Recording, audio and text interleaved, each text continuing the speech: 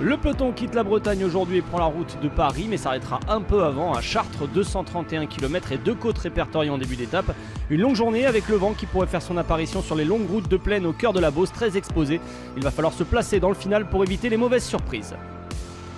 L'étape est longue et les coureurs le savent, résultat il faut attendre avant de voir le bon coup de la journée prendre ses distances. Le premier à tenter sa chance c'est Thomas Degan de l'équipe Vanti Group Gobert, jamais rejoint par un compagnon de fortune. Il coupe son effort et rentre dans le rang. Quelques kilomètres plus loin, c'est un petit groupe de 10 coureurs avec notamment Tony Galopin, Oliver Neysen, Yves Lampart et Thomas de Rent, ainsi que Simon Gerrans qui s'extirpe du peloton, mais les Lotto Jumbo de Dylan Groenewegen mènent la chasse et tout le monde est regroupé au kilomètre 28. Le peloton a décidé de prendre son temps, 5 km plus loin, Vanti envoie un nouveau coureur à l'avant, c'est Johan Ofredo qui s'y colle, comme lors de la première étape. Johan Ofredo s'offre le plus bel écart de ce tour, plus de 8 minutes 30 à l'avant pour le fuyard, mais il va rapidement payer. Un début de bagarre dans le peloton sous l'impulsion des AG2R de Romain Bardet. Le peloton se met en file indienne avant de craquer. Parmi les équipes obligées de travailler pour revenir sur cette bordure, les Katusha Alpecin d'Ilnur Zakarin et les UAE Team Emirates de Dan Martin. Après la jonction, Johan Ofredo se fait avaler par le peloton, il reste alors 90 km à couvrir. Moment de flottement dans le peloton qui trace tranquillement sa route vers Chartres avec une vingtaine de minutes de retard sur l'horaire le plus lent pour cette journée. Et Laurent Pichon, déjà dans l'échappée de la veille, en profite pour fausser compagnie à tout le monde. Il s'offre une nouvelle balade à l'avant de la course. Laurent Pichon a été repris et au point de bonus à Montvilliers-Grandou, Greg Van Avermaet passe en tête et assoit sa position au classement général. Il reste alors 30 km et le peloton commence à se préparer doucement pour un sprint massif à Chartres.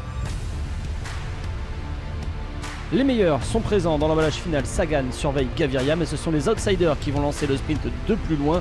Un sprint sans heurts et Dylan Groenewegen dépose tout le monde. Il s'offre une première victoire sur le Tour 2018 devant Gaviria et Peter Sagan.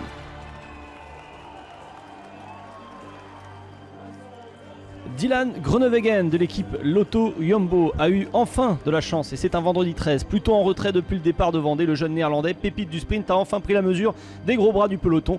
Et surtout il a prouvé que sa victoire l'an dernier sur les champs n'était pas un simple coup. Avec 10 victoires déjà cette saison, il est l'un des sprinteurs les plus efficaces du peloton. Il donne déjà rendez-vous à tout le monde demain à Amiens. Ça a été difficile depuis le début, je n'avais pas de bonnes jambes sur les premières étapes. Mais chaque jour je me suis senti de mieux en mieux. Je me suis donné du temps et les jambes sont enfin là. J'étais déjà assez bien dans la 4e étape et aujourd'hui j'ai pu être bien placé. C'est un grand moment pour moi et pour toute mon équipe. Dylan Groenewegen remporte donc sa 2e étape sur le Tour de France après celle des Champs l'an dernier. Il devance Gaviria qui semblait un peu court et Peter Sagan qui a surveillé le Colombien. Deux Français sont dans le top 5. Au général, Van Avermaet est toujours en jaune et grappille même quelques secondes sur son dauphin en gagnant le point bonus à 30 km de l'arrivée. Pas d'autres changements notables au général, il devrait en être de même demain à Amiens. Cap au nord pour le peloton, jour de fête nationale à Amiens, mais avant de pouvoir profiter de la capitale picarde, il faudra faire face au vent. Attention au coup de mou après une semaine de course déjà. 180 km au menu et 2 côtes répertoriées en début de parcours, en finale pour les sprinters. Si les équipes de leaders ne décident pas de faire exploser le peloton dans la plaine, alors gare aux bordures.